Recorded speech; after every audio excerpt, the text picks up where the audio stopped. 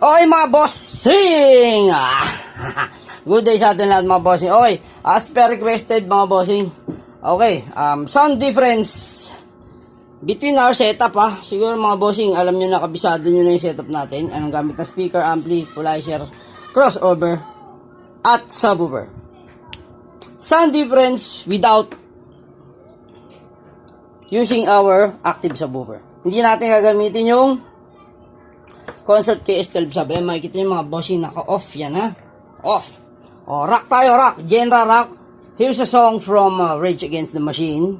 So, kalampagan muna tayo mga bossing. So, again, recommended equalizer setup.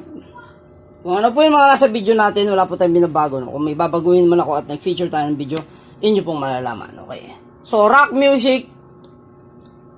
Same setup. Audio equipment without using our subwoofer.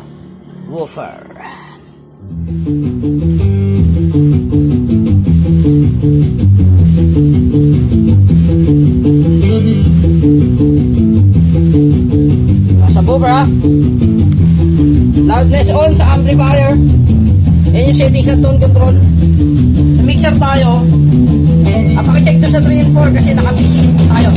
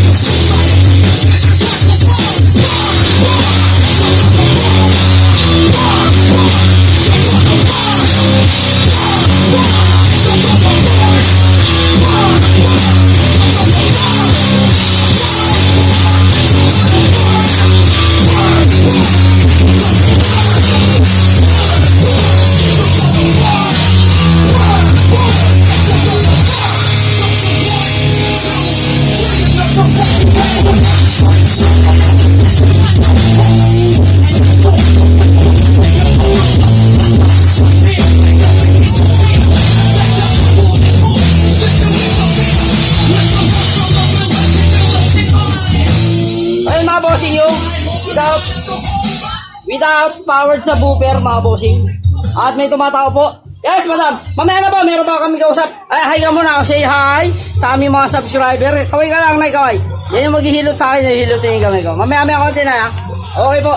So ayan mga bossing, yun yung without yung unang sound check natin without using our powered sub.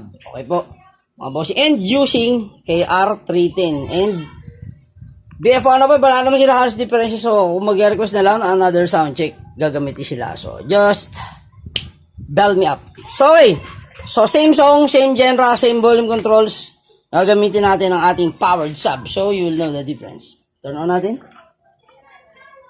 Okay, yan, nakauta mga bossing. So again, yung recommended volume natin ulit pa rin, half lang dyan. Dito sa equalizer, amplifier at crossover, ganun pa rin. Ulitin natin. Okay.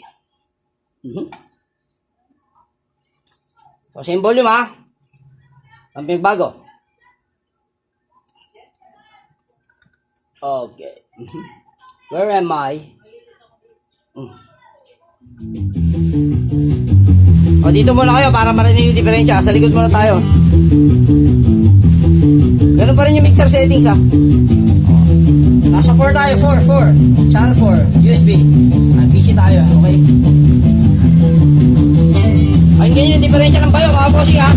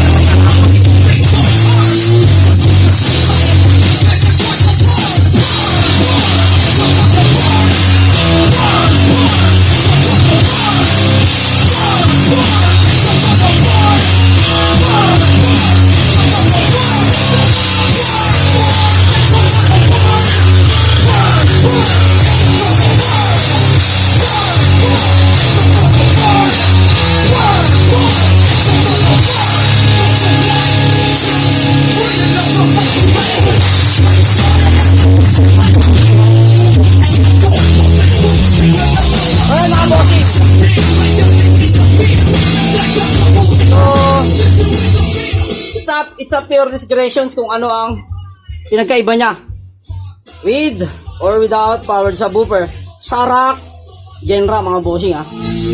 Same settings, wala tayong binago sa settings, amplifier, equalizer, crossover at mixer. Saan dinagdag lang natin yung powered sub.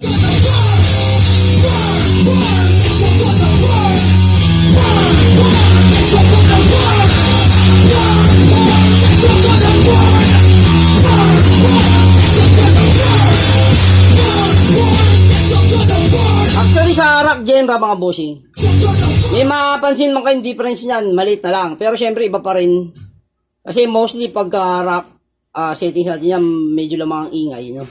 Hindi kagaya kung mga disco, new wave, remix, R&B. Mas ramdam nyo yung pinagkaiba nung meron sa wala.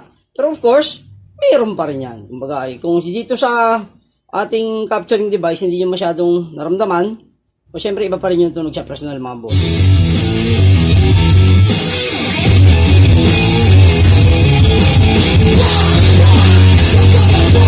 Again, with subwoofer.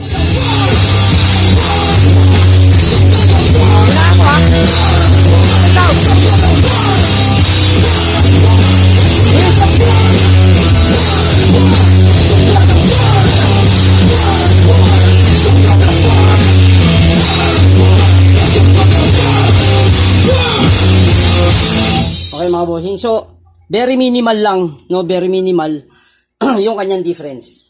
So, siyempre, yung genre nga ay rock, etc. No?